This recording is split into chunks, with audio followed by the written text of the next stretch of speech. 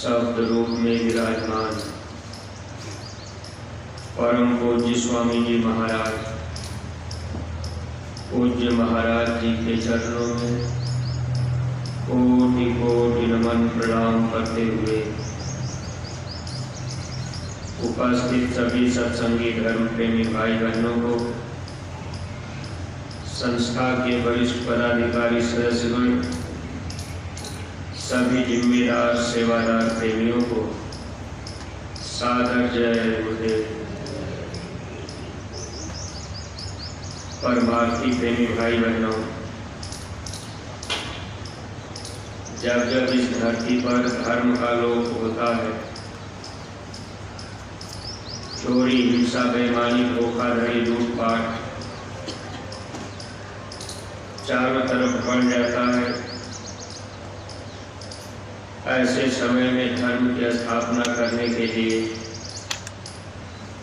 समाज को एक नई दिशा देने के लिए कोई न कोई शक्ति इस धरती पर आया करती है। समय पर जो भी प्रेमी धर्म के काम में अपने तन का योगदान देते हैं, उनका लोक और परलोक दोनों बन जाता है। अपने गुरु महाराज बाबा जी गुरुदेव जी महाराज ने इस धरती पर धर्म की स्थापना के लिए अथक परिश्रम गुरु महाराज करते रहे।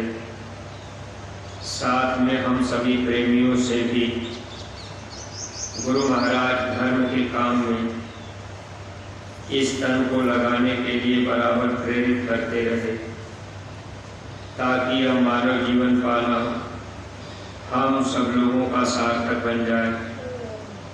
वैसे आज इस दुनिया में गीता रामायण को पढ़ने वाले लोग अगर उसमें लिखी हुई बातों को पढ़ते और मानते, वे सब लोग भी धर्म के काम में अपना योगदान देते। लेकिन अक्सर ये देखा जाता है कि गीता रामायण कुरान बाइबिल इनको हम सब लोग पढ़ भी लेते हैं, लेकिन धर्म के प्रति कोई रुचि हमारी आपकी नहीं रहती, और हम आप ये भी नहीं समझ पाते कि हम अधर्म के रास्ते पर चल रहे हैं, तो इसका परिणाम अंजाम क्या होगा। गोस्वामी जी महाराज ने हम जीवों को धर्म के रास्ते पर चलाने के लिए सबसे बड़ा धर्म गोस्वामी जी महाराज ने परहित बताया। परहित सरिस धर्म निभाई, यानी दूसरे का हित, दूसरे की भलाई करना, ये सबसे बड़ा परहित का काम। अगर आज इस धरती पर रामायण को पढ़ने वाले लोग इस बात को अपने अंदर उतार देते, तो दुनिया में कोई भी व्यक्ति मांस, मछली, अंडा, शराब का सेवन न कर पाते। लेकिन देखिए, जब तक गुरु महाराज हम लोगों को नहीं मिले थे, हम लोग भी गीता रामायण को पढ़ते हुए भी इस बात की जानकारी नहीं कर पाए, नहीं समझ पाए कि सबसे बड़ा धर्म का काम परहित है, यानी दूसरे का हित।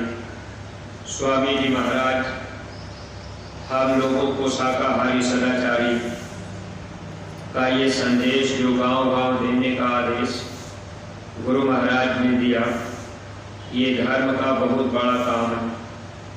हालांकि लोग इसको स्वीकार करें न करें, स्वामी जी महाराज ने कहा कि एक वक्त ऐसा आएगा लोग लाचार और मजबूर होकर के शाकाहारी बनेंगे, क्योंकि महात्मा तो पहले प्रेम प्यार से समझाते हैं।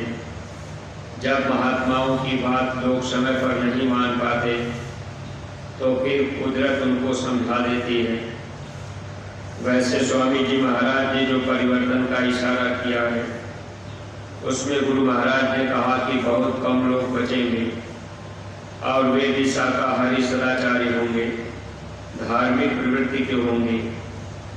अगर हम लोगों के विचार और जो संदेश गुरु महाराज लोगों को देना चाहते, हम सत्संगी प्रेमी भाई बहन अगर प्रचार प्रसार में अपना समय देते रहेंगे तो एक तरह से धर्म का काम हम लोग बराबर करते रहेंगे।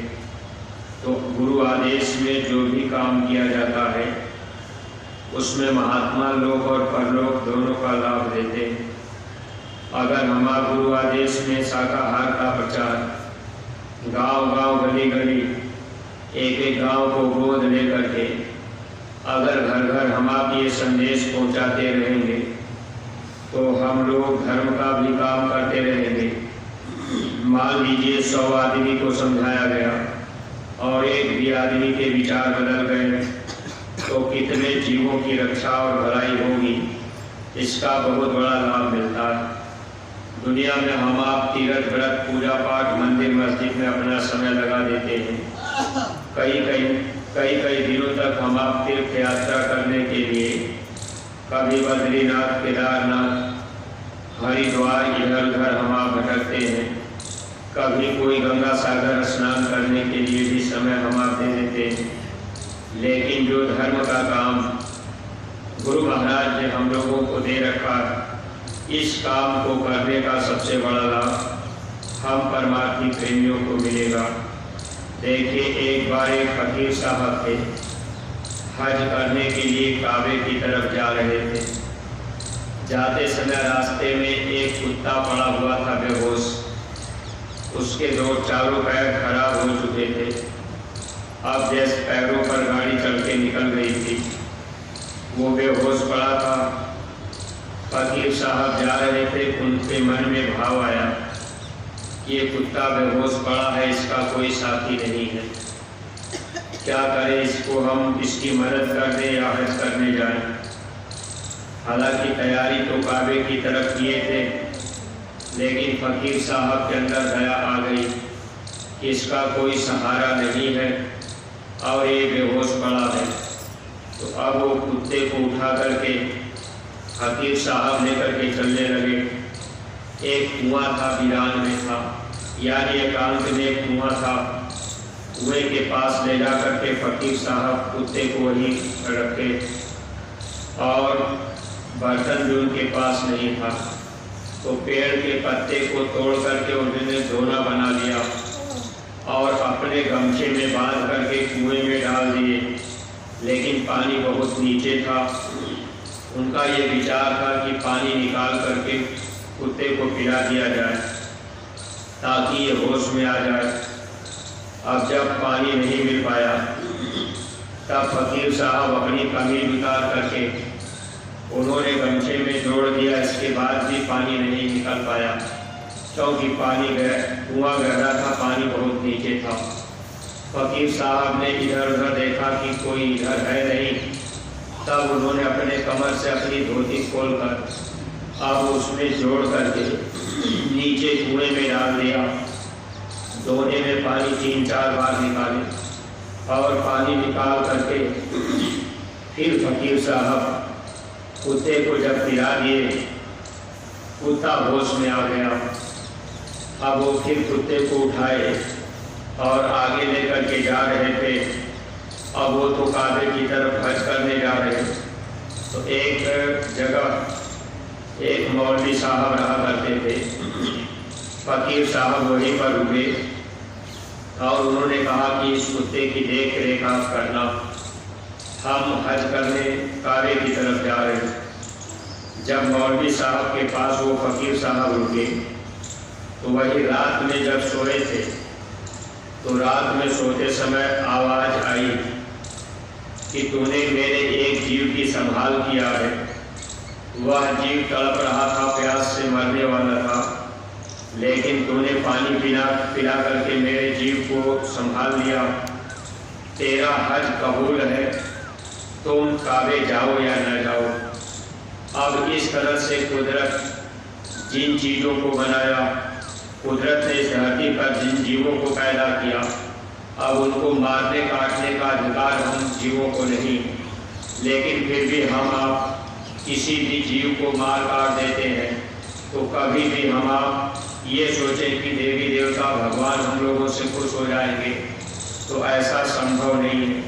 क्योंकि जिस मालिक ने जीवों को बनाया, अगर उनको हम लोग काट देंगे, मार देंगे, उनको हम आप खा लेंगे, तो इससे कुदरत हमसे आपसे नाराज होती है। इसलिए महापुरुष जब जब इस धरती पर आते हैं, महात्मा हम जीवों को समझाने का काम करते हैं।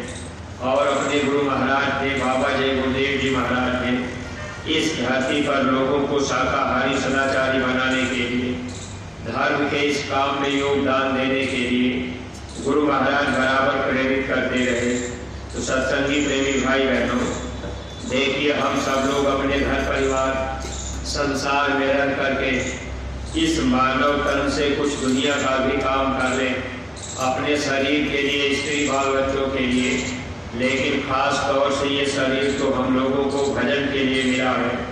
अगर इस शरीर से हम आप भजन नहीं कर पा रहे, थोड़ा सा धर्म का काम हम आप इस शरीर से करने लग गए, यानी गुरु महाराज जो आदेश हम प्रेमियों को दिए, इसमें हम लोग अपना योगदान देते रहे, तो हम लोगों का लोक और परलोक दोनों बनेगा। यही बात भगवान कृष्ण जब आए थे तो अर्जुन को भी समझा रहे थे। अब महाभारत पर्व में लिखा हुआ है कि इस धरती पर सबसे बड़ा लाभ जीव को कहाँ मिलता है, तो उन्होंने लिखा कि सर्वे वेदाः तत्पुर्य, सर्वे यज्ञाश्च भारत, सर्वे तीर्थाभिकेचाश्च यत् कुर्यात् प्राणिनां दया। हे अर्जुन, जो फल जीवों पर दया करने से मिलता है, वो फल न तो तीर्थों से मिलता है, न तो वेदों से मिलता है, न तो यज्ञों से मिलता है। अगर हम आप तीर्थ कर रहे, हम आप वेद पुराण शास्त्र को पढ़ रहे, हम आप बड़े बड़े यज्ञ करा करके लोगों को भोजन भी करा दे रहे, लेकिन अगर जीव हिंसा का काम कर रहे, तो इस तरह से हमारा आपका कोई लाभ, चाहे हम आप तीर्थ करें, व्रत करें, पूजा पाठ करें, कोई लाभ हमको आपको नहीं मिल पाता, बल्कि हम लोगों को इसकी सजा भी भोगनी पड़ती है। इसलिए परमार्थी प्रेमी भाई बहनों, ये सौभाग्य हम प्रेमियों का है कि हम लोगों को गुरु महाराज मिल गए। घर परिवार में रहते हुए अगर हम आप लोगों को प्रेरित करते रहेंगे, गुरु महाराज के संदेशों को घर घर गांव गांव पहुंचाते रहेंगे, ये धर्म का काम हम आप करते रहेंगे, धर्म के काम को करते करते अगर ये तन हम लोगों का छूट भी जाएगा, शरीर का समय पूरा हो गया, अगर हम लोग चले भी गए, तब भी हम लोगों को लोक परलोक का लाभ गुरु महाराज देंगे। क्योंकि इस तन से अगर हम आप धर्म का काम किए गुरु आदेश में, तो इसमें महापुरुष जीवों के ऊपर दया करते हैं। धर्मराज के दरबार में हिसाब होते समय महात्मा जीव के कर्मों की माफी करा देते हैं। ये जीव तो धर्म के काम में लगा था, इसका शरीर छूट गया, तो इसके गुनाहों को माफ किया जाए। फिर महात्मा जीवों को निकल पहुँचा देते हैं। इसलिए हम सत्संगी प्रेमियों का ये फर्ज और कर्तव्य है, जो भी आदेश अपने गुरु दरबार से पूज्य महाराज जी के द्वारा मिला है, एक एक गांव को प्रत्येक सत्संगी प्रेमी भाई बहन गोद ले करके गुरु महाराज के संदेश को, वचन वाणियों को जन जन तक पहुँचावे। अगर ये काम हम आप करते रह गए तो निश्चित है कि हम लोगों का परलोक बन जाएगा। अगर हम लोग डर गए, रुक गए कि भाई ऐसे समय में हम लोगों के बीच कैसे जाएंगे, तो परमार्थी प्रेमी भाई बहनों, ये समय किसी को छोड़ेगा नहीं, चाहे हम आप भाग करके कहीं भी जाएं। स्वामी जी महाराज कहते थे कि मौत पीछा कर रही है, चाहे भाग करके आप कहीं भी जाओगे, लेकिन वो आपको छोड़ेगी नहीं, मरना तो पड़ेगा ही। अगर गुरु का काम करते करते धर्म का काम करते करते शरीर छूटेगा, लोक परलोक दोनों का लाभ मिल जाएगा। इसलिए इस काम में अगर हम आप डरेंगे तो अपना ही नुकसान होगा, अगर लगे रहेंगे तो लोक परलोक दोनों का लाभ मिल जाएगा। दुनिया के लोग जो गीता रामायण को पढ़ रहे हैं उनको भी जब इस बात की जानकारी होगी कि गीता और रामायण ये बात बता रही है कि अगर आप धर्म का काम करेंगे तो धर्म के काम में हिंसा का नामो निशान नहीं आता। अगर हिंसा हम आप कर रहे तो इसकी सजा भी हम लोगों को भोगनी पड़ेगी। ठीक है, किसी जीव को अगर नहीं मार रहे, नहीं काट रहे, अगर हम आप मांस खा भी रहे तब भी सजा भोगनी पड़ती है। स्वामी जी महाराज कहा करते थे कि अगर इस धरती पर खाने वाले लोग न हो, अगर मांस खाने वाले लोग न हो तो दुकानें अपने आप बंद हो जाएंगी। अगर शराब पीने वाले लोग न हो तो शराब बेचने वाला अपनी दुकानें बंद कर देगा, क्योंकि जब उनको लाभ नहीं होगा तो मांस और शराब की दुकानें अपने आप बंद हो जाएंगी। इसलिए गुरु महाराज इस धरती पर वैचारिक संदेश जन को देते रहे। पूज्य महाराज जी इस वैचारिक संदेश को जन जन तक पहुँचाने के लिए हम प्रेमियों को बराबर प्रेरित करते रहते हैं और महाराज जी बराबर इस बात को बताया करते हैं कि परिवर्तन कोई कानून बनाने से नहीं होगा, परिवर्तन तब होगा जब लोगों के विचार बदलेंगे। विचार बदल जाएंगे, खाने पीने वाले ही नहीं रहेंगे तो मांस मछली अंडा शराब की दुकानें बंद हो जाएंगी। तो ये चीज जो महात्मा दूर से देखते हैं और हम जीवों को महापुरुष बराबर प्रेरित करते रहते हैं ताकि हम लोग इस काम को करते रहें तो लोक और परलोक का लाभ मिलता जाए। इसलिए परमार्थी प्रेमी भाई बहन, कोई भी वचन अगर हम आप गुरु महाराज का पकड़ लेंगे और उस रास्ते पर चलते रहेंगे तो हम लोग परमार्थी लाभ पा लेंगे। इसी के साथ सुमिरन ध्यान भजन भी हम आप बराबर करते चलेंगे तो निश्चित है कि दोनों तरह का लाभ मिलता जाएगा। यानी सुमिरन ध्यान भजन भी न छूटे और जो भी दरबार से आदेश मिले उसका हम आप पालन करते चले। अंतिम समय में गुरु महाराज जी ये काम हम प्रेमियों को दे करके तब गए ताकि हम लोग इसमें लगे रहेंगे। और गुरु महाराज ने कहा दोबारा जब मैं आऊँगा तो मैं देखूंगा कि मेरी पुड़िया ने कितना काम किया, अब हम लोगों ने कितना धर्म का काम किया, कितना प्रचार किया, ये तो गुरु महाराज देख ही लेंगे। अगर हम आप गुरु दरबार मथुरा छोड़ करके दूर हट गए, शाकाहारी का प्रचार करना बंद कर दिए, अगर शाकाहारी का प्रचार किए भी तो उसमें भी प्रेमी भाई बहन अगर कहीं हिंसा की बात लिख दिए तो इसका भी सजा हम जीवों को भोगना पड़ता। इसलिए इस समय अपने मथुरा दरबार से जो भी आदेश प्रेमियों को लिखाई का दिया गया है तो आप अपने तरफ से कोई बातें दीवारों पर नहीं लिखेंगे। जो आदेश यहाँ से दिया गया, जो मैटर दिया गया, वही वचनवाणियाँ हम आप दीवारों पर जगह जगह लिखेंगे ताकि लोगों को संदेश मिलता रहे, लोग लोक और परलोक का लाभ उठा सकें। इसमें सब लोग अपना योगदान देते रहेंगे। इन्हीं शब्दों के साथ में हम अपनी वाणी पर विराम दे रहे हैं। देखिए प्रेमी भाई बहनों, सेवा का समय है, सब लोग अपना समय सेवा में लगाते जाएंगे। और जो भी प्रेमी भाई बहन आप दर्शन पर्शन के लिए मथुरा दरबार में आया जाया करते हैं, मान लीजिए आप 1-2 दिन के लिए ही आए तो आपको भी ये चाहिए कि आप भी थोड़ा सा अपना समय सेवा में दे दिया करें ताकि आपको पूरा लाभ मिल सके। अगर आप ये सोचेंगे कि भाई हम तो 1-2 दिन के लिए घूमने टहलने आए, दर्शन करने आए, यहाँ तो सेवा करने वाले इतने सेवादार हैं, यहाँ तो सेवा चल ही रही है, तो आप जो लाभ लेना चाहेंगे वो लाभ पूरा नहीं मिल पाता। ये आश्रम है, आश्रम का मतलब ही होता है कि यहाँ आने के बाद श्रम करना चाहिए। अगर हम आप आश्रम में आकर के आराम से बैठे रह गए, हम आप कोई सेवा नहीं कर पाए तो समय हमारा आपका व्यर्थ में निकल जाता है। इसलिए जो भी प्रेमी भाई बहन आप लोग आए हुए हैं तो आप लोग भी सेवा में योगदान दीजिएगा। देखिए इस समय सेवाएं चारों तरफ, जो भी प्रेमी भाई बहन अस्थायी रूप से सेवा करते हुए सेवा में अपने लगे हैं और पन्ना पोखर में वहाँ गन्ने की के खेत से घास निकाला जा रहा, हेलीपैड पर थोड़ी अभी सफाई की सेवा बाकी रह गई है।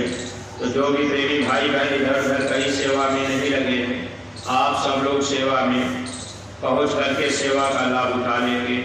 सब लोग प्रेम के साथ में मालिक के पावन नाम का उच्चारण करेंगे।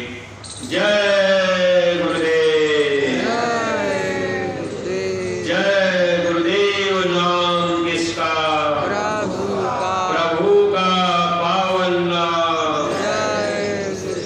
बाबा जय गुरुदेव जी महाराज का कहना है शाकाहारी रहना है। बाबा जय गुरुदेव जी महाराज की अर्जी है, आगे आपकी मर्जी है। हाथ जोड़कर विनय हमारी हो जाए सब शाकाहारी। जय गुरुदेव।